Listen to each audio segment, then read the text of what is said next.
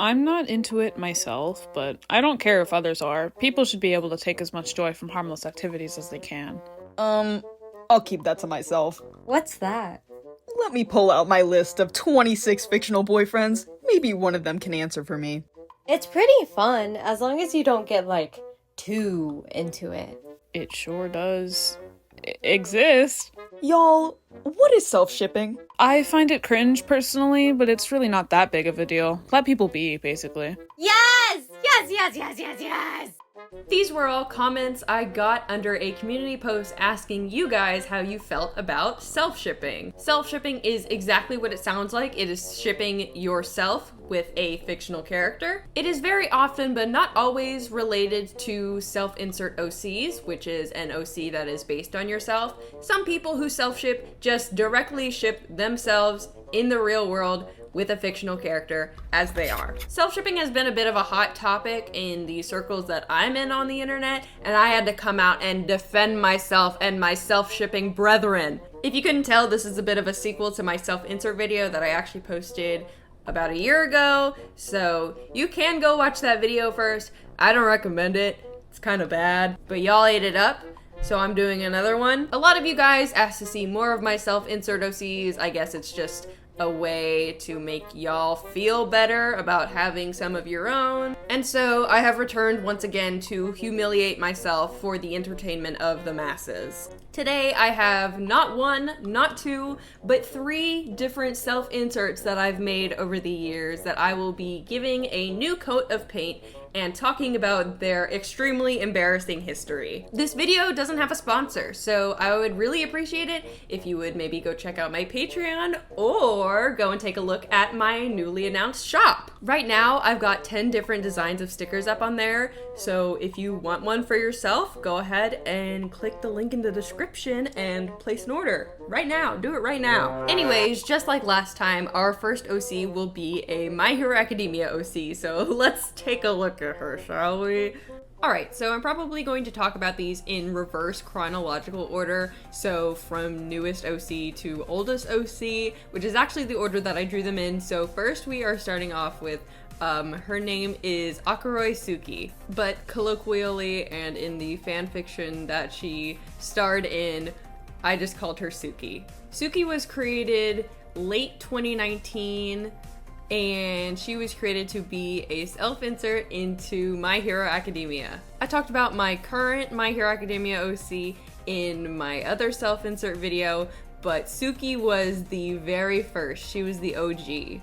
And you know all of those stereotypes about My Hero Academia OCs? Every single one of them applies to her. She's overpowered, she has a tragic backstory, every single boy in the class has a crush on her, and she is shipped with Bakugo. When I was 14, let me tell you, Bakugo rocked my world. I was obsessed. And now I can't really explain it, but at the time, it was true love. But I'll probably talk more about that later. So Suki's power was called Taser, and basically it was just Kaminari's power but blue. She could control and create electricity, and she could create fibers from her wrists that would act like tasers, and that was her primary form of combat. She was in class 1A, of course, and she was childhood friends with Midoriya and Bakugo. I think the fanfic that I wrote for her spanned about 40 or 50,000 words, so I don't have time to recap it, but she was incredibly boring, had no personality. Her only hobbies were my hobbies, which at the time were just art and writing, but she barely even did any of those because she was too busy being a hero in training. She was the prettiest, nicest girl in class 1A, and she was friends with all of the girls, except she kind of had a rivalry with Uraraka because every single boy in the class had a crush on her. The main 3 were, of course, Midoriya, Todoroki, and Bakugo, with it kind of being more towards Todoroki and Bakugo, but she had a moment with every single boy in the class. There was a chapter with Kirishima, a chapter with Kaminari, a chapter with Ida, I just could not make up my mind. Well, obviously I made up my mind in the end. She got with Bakugo, but I thought it was so entertaining to have this will they, won't they thing going on. Like, oh, is she going to kiss Todoroki? Or, oh, is she going to kiss Bakugo? She kissed Bakugo every single time. It wasn't a contest. The most tragic thing about her doesn't even have anything to do with like her backstory or anything like that. When I first got into My Hero, I had this old iPad Air 2 from like 2016 that I was drawing all of her art on, and when I got my new iPad back in 2020, I completely wiped that iPad, so there is very little remaining art of her. There are a few pieces I still have, but most of it is lost media, unfortunately. And I think it's really funny how many stereotypes for My Hero Academia OCs that she fits into. Like, just look at her. Just look at her. If my favorite color wasn't blue, her hair would be pink. If you've seen that video, hey Yue, Katsuki Bakugo is not a monster. If you've seen that video, that is basically her personality. You know everything you need to know about her if you've seen that video. She was Bakugo's #1 apologist. To her, he never did anything wrong, and he was always sweet and gentle with her. And I think I mentioned they were childhood best friends. Like, she was in the friend group with Bakugo and all his little friends, with her and Midoriya, like, tagging along. But then she moved away, and he was so mad because she moved away, and he thought she'd abandoned him. So when she came back to go to UA, he was mean to her. So they have like a rivals to lovers thing going on. And I had this entire group of new villain OCs because I wasn't particularly attached to the League of Villains. So I made a whole bunch of new villain OCs, and long story short, they captured Bakugo and Suki has to go rescue Bakugo. But then they capture Todoroki and Midoriya, so she has to pick who she's gonna save. It was so dramatic. It was so dramatic.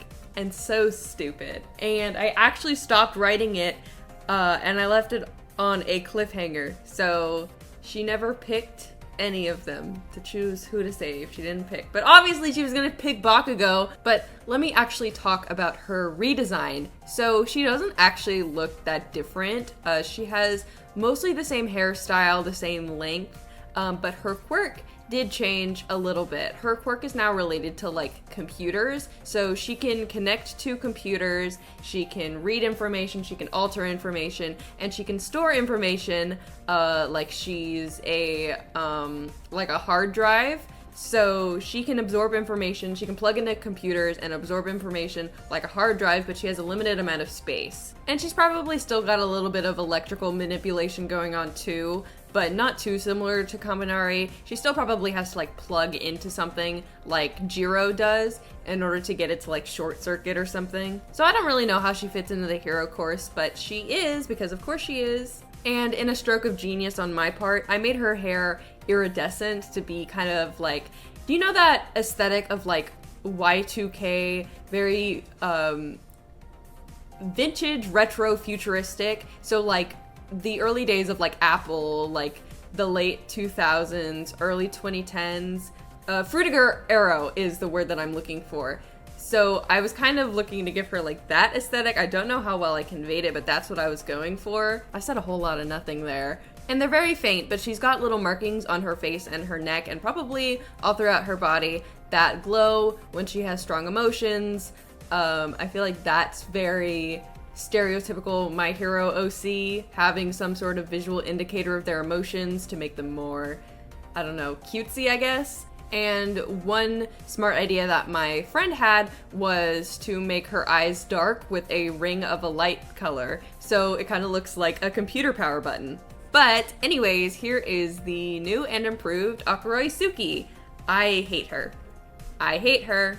I hate her. I want her dead.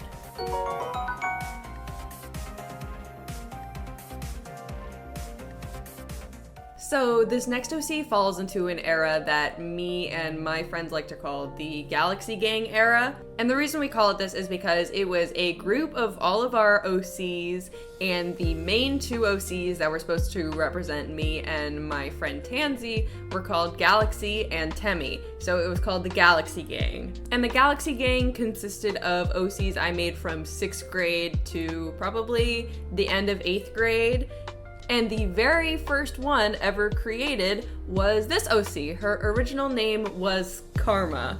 And her name was Karma was because she had the power to manipulate like probabilities and fortune, so she could make any outcome either less likely or more likely depending on what she felt like, and that was her magical ability. And as this is a self-shipping video, I can't talk about Karma without talking about the character that she was shipped with, and I'm about to go on a little bit of a tangent that a lot of you are not going to understand, so please bear with me. So when Five Nights at Freddy's fan art was getting really popular in the late 2010s, there was this artist called Rabornica, and for a lot of you that probably awakened a lot of memories, but that's actually not the artist I want to talk about. There was an artist who kind of adopted Rabornica's characters after they stopped drawing them, and she was an artist on DeviantArt, and their name was FNAF Nations. And in 2018, when me and my best friend were in 8th grade, we were obsessed with FNAF Nations. We would go to their DeviantArt every single day in the one class that we shared together and just scroll through all of their artworks. And their versions of the FNAF Night Guards were these very cartoony, simplified versions. And me and my best friend thought they were really cute. And so we made OCs to ship with them. And I was always the biggest fan of Fritz, and so Karma was made to ship with specifically FNAF Nation's version of Fritz Smith from Five Nights at Freddy's 2. Is this important? No. But I felt like it was important enough to mention her origins because her change is pretty drastic. If you've watched my video on Miraculous Ladybug, then I've talked about this character a little bit, and now you may be saying, what the heck do Five Nights at Freddy's and Miraculous Ladybug have to do with each other? Well, the Galaxy Gang was part of an AU that combined Miraculous Ladybug, Five Nights at Freddy's, and My Little Pony into one universe. And so Galaxy and Temmie of Galaxy Gang fame were from Equestria, and they came through the mirror from My Little Pony Equestria Girls that turns the ponies into humans. All of this to say is I was extremely weird in middle school. So this character is probably the best culmination of all of my worst traits from middle school. You can see in my reference photo that I have on screen that she had red panda ears and a red panda tail. That wasn't actually a permanent part of her design. She didn't always have them in like the fan fictions that I wrote about her, but I just included them in that artwork specifically. I don't have a lot of remaining artwork of her either, and I think that's just because I didn't draw her a lot. In this era of my art, I was switching between different self-inserts a lot, and so I think she really only lasted for about 4 or 5 months before I moved on to a different character. Rest in peace, Karma. You will always be remembered. And now she has been given new life as a side character in another one of my OC stories. Like I said, if you watched my Miraculous Ladybug video, this is Jamie's older sister who is dead. She is the oldest of Jamie's siblings. Now her new story is she was taking care of her younger brother and sister, and she died under mysterious circumstances, which honestly is a whole lot more lore than she had originally. She had no personality, no interests, no nothing. She was just like a little bit sarcastic and extremely overprotective of her boyfriend, who, may I remind you, is Fritz Smith from Five Nights at Freddy's 2. Her visual design has changed a lot, mostly because my art style has changed a lot. I was really trying to replicate Rabornica and FNAF Nation style back in 2018 when I made this OC.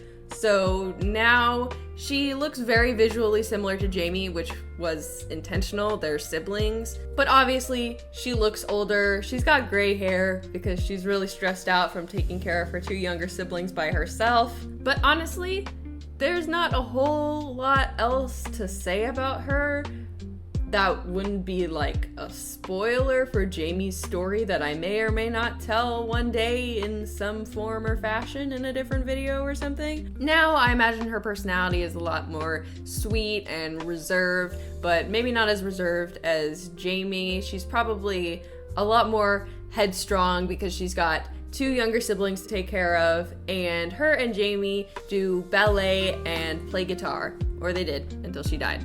And her name is no longer Karma, so please say hello to Carmen Megatron.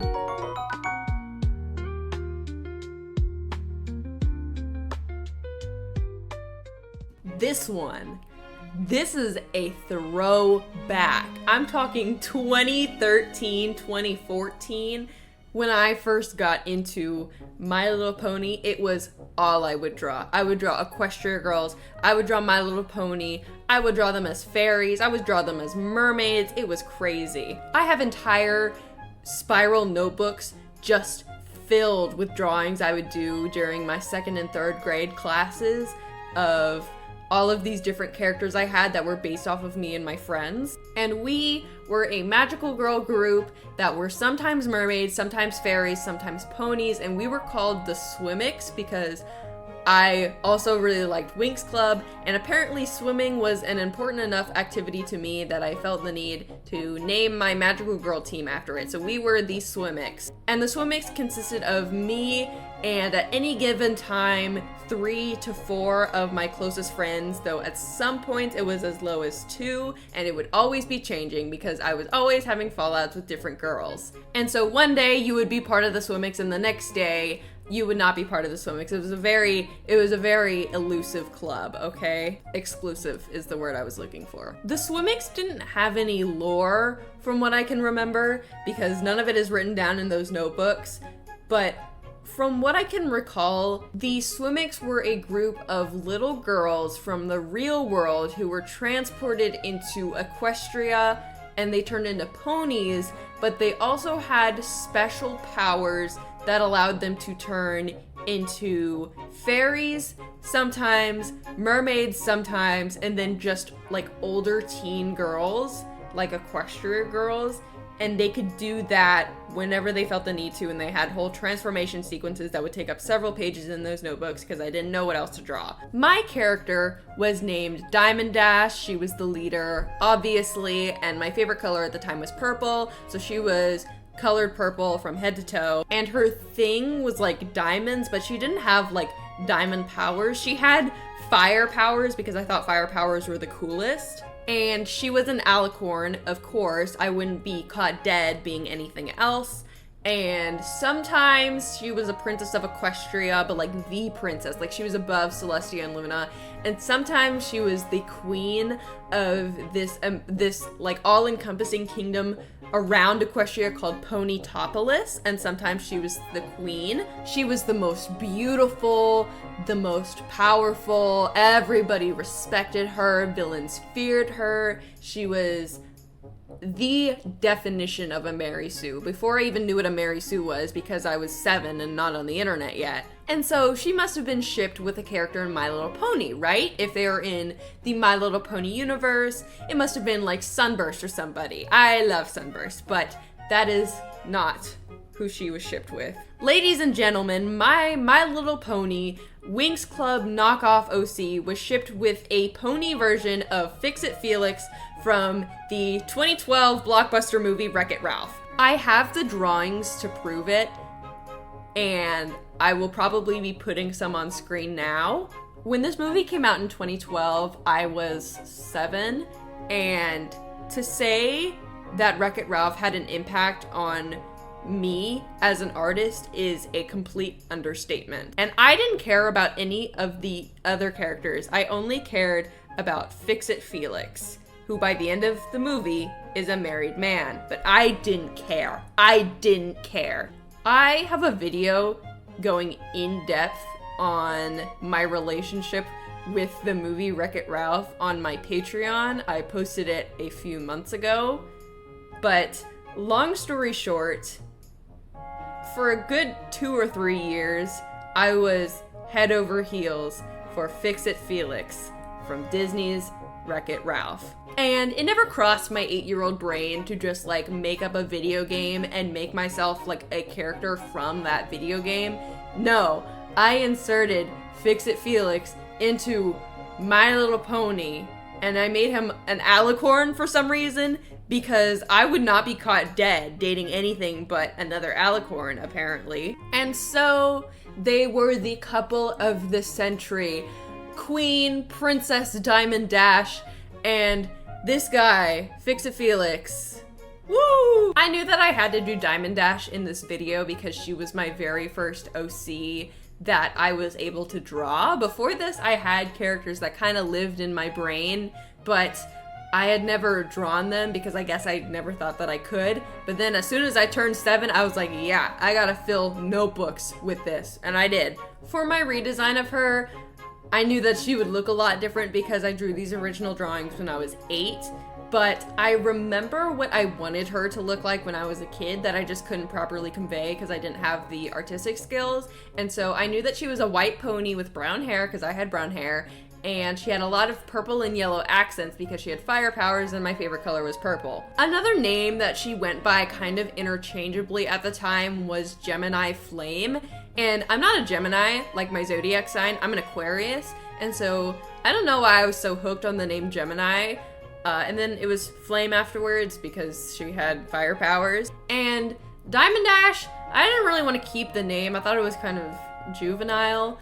But Gemini Flame was kind of stupid too, so I ended up changing her name to Gemini Blaze, which I think is a little bit more mature, but still keeps the original essence of the original 2 names. And just as a little treat, because I didn't do a second drawing for this piece, I drew a little pony Fix-It Felix in the corner so that you never forget my origins as an artist. Here is the new and improved Gemini Blaze and pony Fix-It Felix, I guess. I don't know, this video's stupid.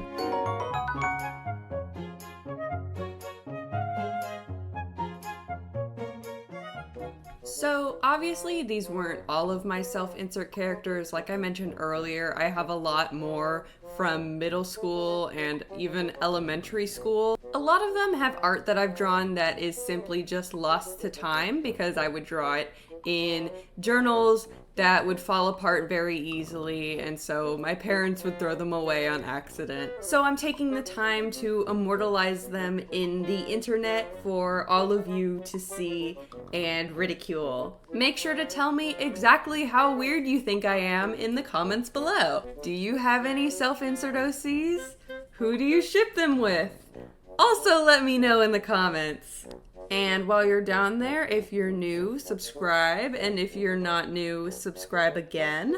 Please, please go check out my shop because I worked really long and hard on it. And even just going and looking at it would mean the absolute world to me. As always, thank you so much to my $10 patrons, Ellarista, Puntastic Artist, Little Wolfine, Viyun, Gar, and Zigo Buzz, as well as all of my other patrons and everybody who watched this video. Thank you also to my editor, Naomi Pistachiomi, as well as my other friends who lended their voices for the beginning of this video. And thank you to you, yes you, for sticking around even after I didn't post anything for all of July. That's going to be it from me. I have been Lucky Inkiio, and I will see you very soon.